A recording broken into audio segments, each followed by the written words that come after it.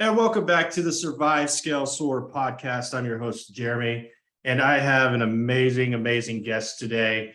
It's Chris Heller, but I've got to give him the proper introduction. This guy has had such a great impact on the real estate industry across the United States and also the world. Chris was in 1989 the Rookie of the Year. He was a top producing agent in San Diego County and went on to become the #1 KW agent in North America. He was the former CEO of mellowhome, the former CEO of Keller Realty International, and played an integral role in Keller Williams becoming the largest real estate company in the world.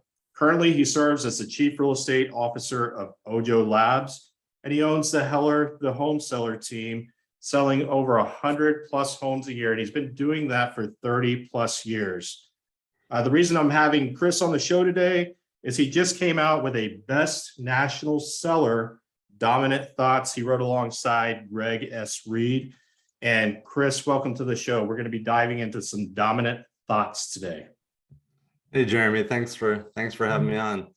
It's always a little embarrassing hearing the introductions, and the other thing is it always makes me feel or sound old. We talk about how long I've been doing this. So yeah, I think we're all getting old, and you've earned it. You've put in the work. You've earned it.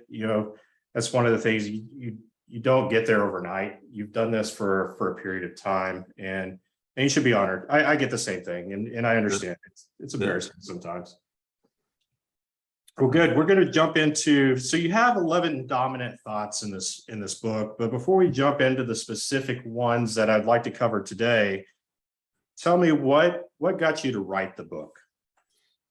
I've thought about writing a book a number of times over the years, and then like a lot of things in life, there's a thing that happens that just causes it to happen. So a little over a year ago, I was on a podcast, and there were 3 guests, and I was one of the 3 guests, and my co-author Reid was one of the other guests. And near the end of the podcast, the host said, "Hey Chris, when are you going to write a book?"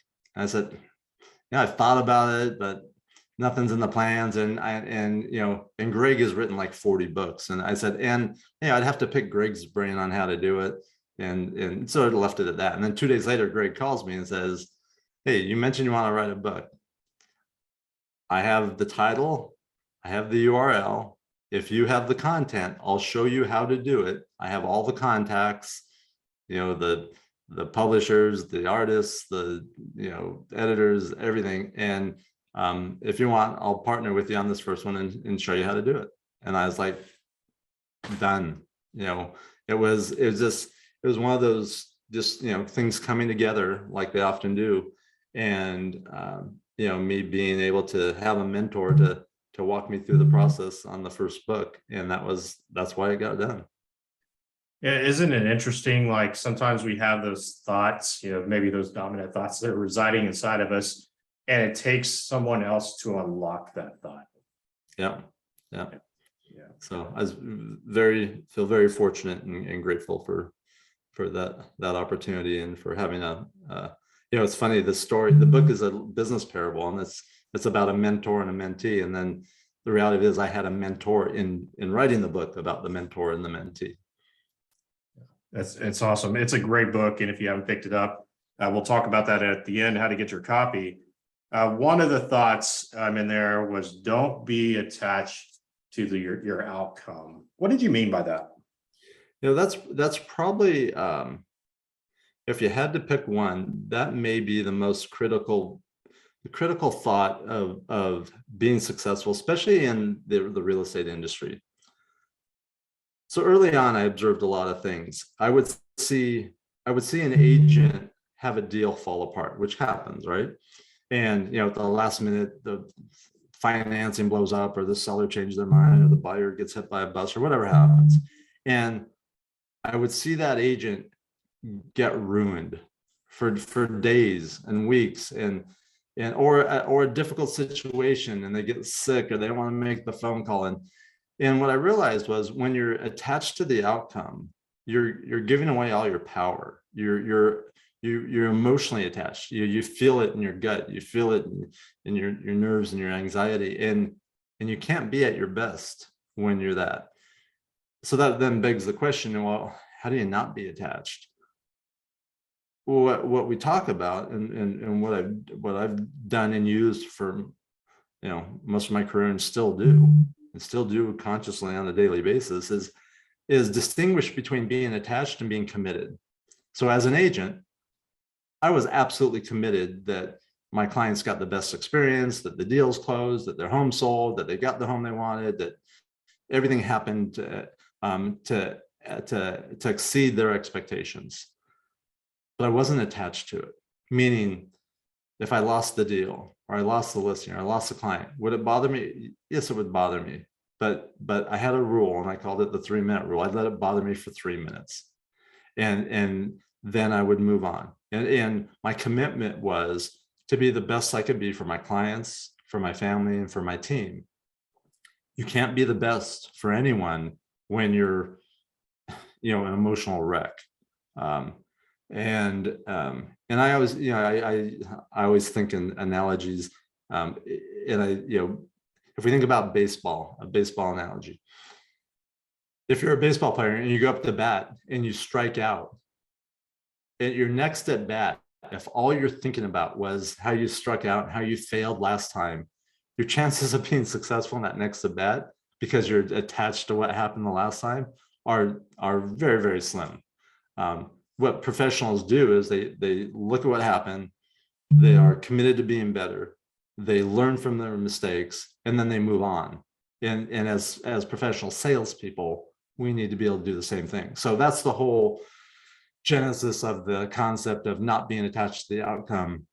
And Jeremy, really, if you think about it, if you've ever, and most of us have been in a negotiating situation, if you're negotiating with someone and you're committed to getting the deal done, but you're not attached to it, you can be a lot more objective. You can be a lot more, you create more leverage for yourself, because if the other person is attached, if they are gripping on too tight, if they are emotionally involved, they'll typically do and say things that they wouldn't want to do.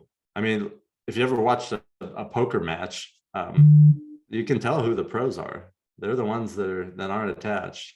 The ones that are attached are the ones sweating and don't have good poker faces. Yeah, I know it's when you think about the coaching, Will, right? You've got your programming, you've got your thinking leads to those feelings. That could be the messy spot, and those feelings can lead to actions and then results, which either change the programming or reinforce that programming. And I think that's a great rule. The 3-minute rule is when you get into that emotional space, the way that you feel about something is it's okay to experience that. We're human. And to say you could just cut it out, I guess there are some people that can do that, but I have a word for it. Or pretend to do it. Yeah, pretend to do it, because deep inside, right, it still really does bother them. I think your point in making that and spending 3 minutes there and moving on is you can't stay there, because it's going to start impacting your action. Just like the baseball players, you can see them when they're on the hot streak, and then when they fall off, it's like it's in their head, and they can't get out of that cycle because of those feelings that are there, right? Yep. So it's a place for all of us to focus on and to strive to, not being attached to the outcomes, be committed to the outcomes.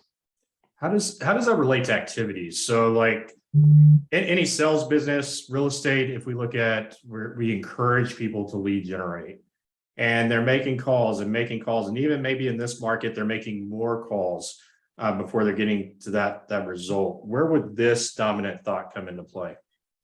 It's so if you are attached to the outcome, every time you get a hang up or rejected, it takes you down a little bit more. And you can't be effective when that's happening. So it's not being attached to the outcomes, it's being committed to the outcomes. I'm committed to getting, making my contacts today. I'm committed to setting an appointment today. I'm committed to doing all my follow-up today. And not being attached to the outcome, because if you focus on what you're committed to and do the activities, maximize the use of your skills and your attitude and your approach and your expectations, That's what helps you achieve what you achieve, not being attached. That's why, the people that are really attached to it, they quickly go, I don't like this, I can't do this, I hate this, I'm afraid of this. It's because they're taking it almost personally in an emotional level. Yeah. And a lot of times, this is probably showing up in their world when you can see their business. It's the roller coaster business. It's not like the stair step where they're getting better. You just see it up and down. And a lot of times you can go back, and as you start digging deeper into why, it's the emotional part. They're attaching themselves to those outcomes. Yeah. Cool. That's great. Real estate's enough of a roller coaster without us adding to it.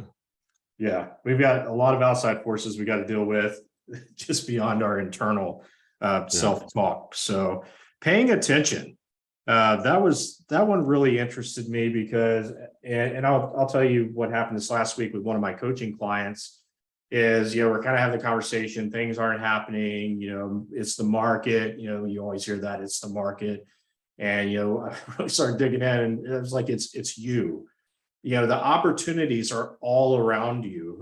You just have to look for them. You have to pay attention.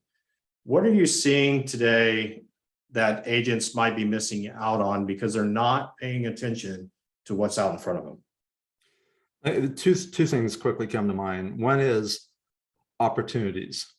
They're focused on the negative headlines or the changes that are happening, and because they're focused on that, they're not seeing the opportunities. The other thing is in their interactions with consumers. So let's use a buyer as an example. Buyer says, Jeremy, I'm going to I think I'm just going to hold off. I think prices are going to soften up, rates are too high, this doesn't feel like the right time. An agent who's really paying attention is going to say, well, let's talk about that. When you think prices are going to come down, how far do you think they're going to come down? Well, gosh, in this area, I don't think they're going to come down that much, but they might come down 5 or 10%. All right. So let me ask you a question. If you found the house you loved right now and you could buy it for 5 or 10% less, wouldn't it make sense? I mean, why wait if there's something there now? Why stay a renter? Or the interest rate conversation. Well, yeah, the rates are so high, and I don't think it's one of three things is going to happen. They're going to stay high, they're going to go higher, or they're going to go lower. No one has a crystal ball. You're not going to be married to the mortgage. If you buy now and they go higher, you're going to be glad you did. If you buy now and they stay the same, you're no worse off. And if you buy now and they go down, you're going to refinance. So in any case, don't let rates be the deciding factor. The deciding factor should be, hey, are you better off staying where you're at or owning something? And we can talk about that and go through that analysis. But paying attention makes it easier to dig deeper, to hear what's behind the comments or the questions they're saying. One of the things I used to always do in an appointment, whether it's consulting a buyer or a listing presentation, is ask myself, what would have someone say what they're saying? What would have someone ask what they're asking? So instead of focusing on the statement they make, instead of focusing on the question they ask, what's behind that? And oftentimes it's a fear, it's a concern, it's a consideration, and that's what you need to get to. It's not the question or the objection. It's what's behind it, and paying attention is that's what we mean when we talk about paying attention in this context. Yeah, and I always share that with my clients. I'm like, you're basically a coach. You're just like me when you're sitting there at the table, and you're not going to listen for that initial answer. You're going to want to dig deeper on that, and understand the why and the how they got to that point where they're asking that question, because it's going to give you so much more information to help them make a better decision, and for you as a business owner to make great decisions and ask the right questions. Yeah. Now there's that's exactly right. But there's a prerequisite to paying attention, and that is to being present. To not have your mind be racing as thinking about what you're going to say next, or what do you need to say next, or how I'm going to answer that question. You should already know that. And if you don't know that, you haven't prepared enough, you haven't practiced enough, you haven't role played enough, because you need to have all those answers inside you. When you do, it's then much easier to be present in the conversations and hear that. We've all been in conversations when you can tell the other person isn't listening. Like, you can tell they're waiting for you to stop talking so they can say what they want to say. And consumers can sense that in agents that are doing that. So it's super important. And this is one of the reasons why it's super important to practice and role play and internalize your scripts and your dialogues. So when you're in a conversation, you're not thinking about, what do I need to say next, or what should I say, or what should I do, or what direction should I go in? You know, you're not having any of those thoughts. You're just listening and present to what the person in front of you is dealing with, or explaining to you, or asking or inquiring about. I think that's really important. I had a conversation the other day with a business owner, and he wasn't present. And I was sitting there and I was talking, and then how he responded, I was like, you didn't even listen. And I think that's so important, whether you're working on the listing side and helping somebody sell that home, or you're trying to establish and figure out what their needs are to be able to help them on the buy side. If you don't pay attention, it's going to make you look like an amateur. Yep. Yeah. And it's not, it just doesn't feel good, right? If you're in a conversation with someone and you know they're not really there, it just doesn't feel good. And people aren't going to hire you if that's the way they feel. 100% agree with that. Well, I appreciate you sharing those. I do have one more question. I put a text out to a bunch of people and said, okay, if you had one question you'd like to ask Chris Heller, what would you ask?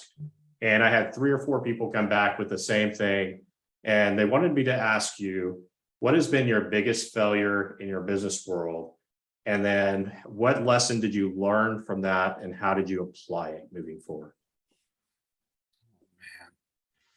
You know, when you say my biggest failure, it's like, which day are we talking about, or which week are we talking about? Because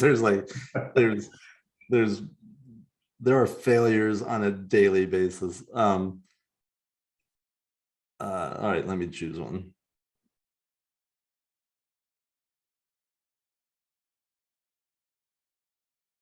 Gosh, there's so many. I could go back at any stage of my career. One, several years ago, a big failure on my part was not to, I was in a situation working with others, and I wasn't paying attention to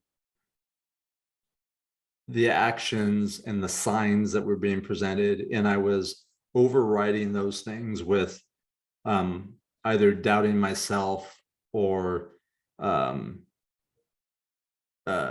wanting to believe something other than what I was seeing. And that caused me, caused all sorts of issues, a lot of pain, a lot of trouble. And ultimately the situation didn't end well. And I didn't handle it as well as I could have or should have, because I was not seeing it clearly. So, you know, from that, I really learned a couple things. I learned is, you know, whenever you're in a situation or a relationship or a job or an apartment complex or something where it doesn't go well, you go, okay, I'm never going to do that again. I'm never going to live there again. I'm never going to be in one of these situations. Because one of the things it did is it helped me really understand what doesn't work for me.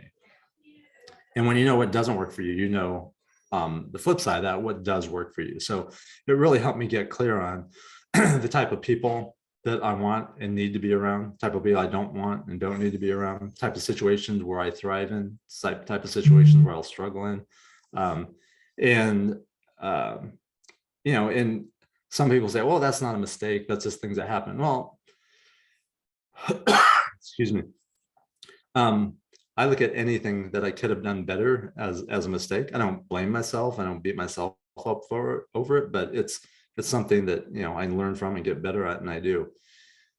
I make mistakes, yeah, and I wasn't joking. I literally make mistakes all the time, and that happens because I am constantly trying to get better, constantly trying to grow, constantly trying to be better. And when you are doing that, you're going to make mistakes. And they might be little ones, like how you interact with someone, or a comment you make, or a question you don't ask when you should ask, or something you don't check in. There's other types of mistakes. There's investments that were like, oh gosh, I'd love to get that one back. Or I should have done this, or I shouldn't have done that. But that's this life. I want to say this. I strongly, excuse me one second. I strongly believe that it's never about the mistakes. It's what we do when they happen, right? It's never about what happens to us. It's how we react to it. It's what we learn from it, and then what we take forward. So whenever I hear, especially someone younger starting out, or they're afraid to make a mistake, I really try to change their thinking about mistakes, and not have it be a negative thing or a bad thing, but a good thing. It means you're trying hard. If you're not falling down, you're not running fast enough. So I don't know, that was a long rambling answer to the question that those people wanted the answer to, and hopefully that will suffice. And I agree with that. A mistake might have been the wrong word. Challenges. I like to call them learning opportunities. It's really not a mistake unless you keep doing it over and over again, right? That's when it becomes a mistake. It's, what do you learn from it? How can you improve upon it, and how do you apply it moving forward? Yeah. So spot on with that.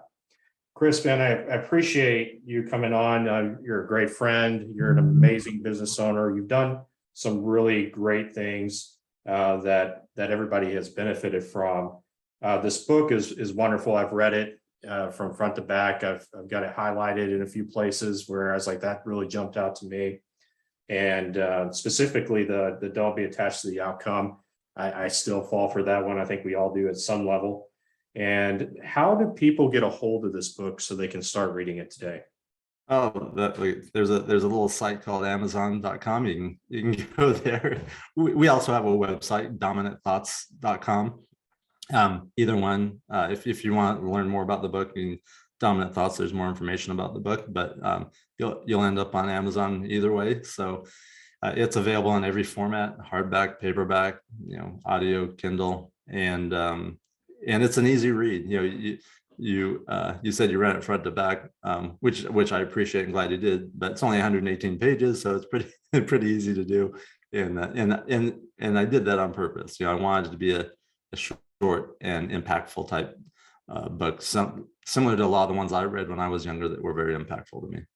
Yeah, what I liked about the format was, you have the 11 dominant thoughts, and you have like kind of the summary of those thoughts at the end. It's kind of like a study guide to be able to go back and implement some of those things. You take something big and you get it down to the smallest thing really fast. And I appreciate that about the book, because some of them get really lengthy, and it's like you got to the point really quick. So great book. If somebody wants to connect with you on Ojo or with the Heller, the home seller team, what is the best way to connect with you there? I'm on almost every social media platform, LinkedIn, Facebook, Instagram, not on TikTok yet. And then I also have a website, chrisheller.co. So chrisheller.co is my website, but reach out to me on any platform. Happy, and I'll respond to you. I think people would pay to see Chris Heller dance. So yeah, you won't see me on there either. Yeah. So Chris, I appreciate you taking the time today. Great information. I know the people that are listening in are going to take some things and be able to run with it. That's going to help them not only in their business. A lot of these concepts can help them also in life. So thank you again, Chris, for taking the time. Hey, Jeremy, my pleasure. Thank you for having me on, and everything that you do for the agents and teams you help out there.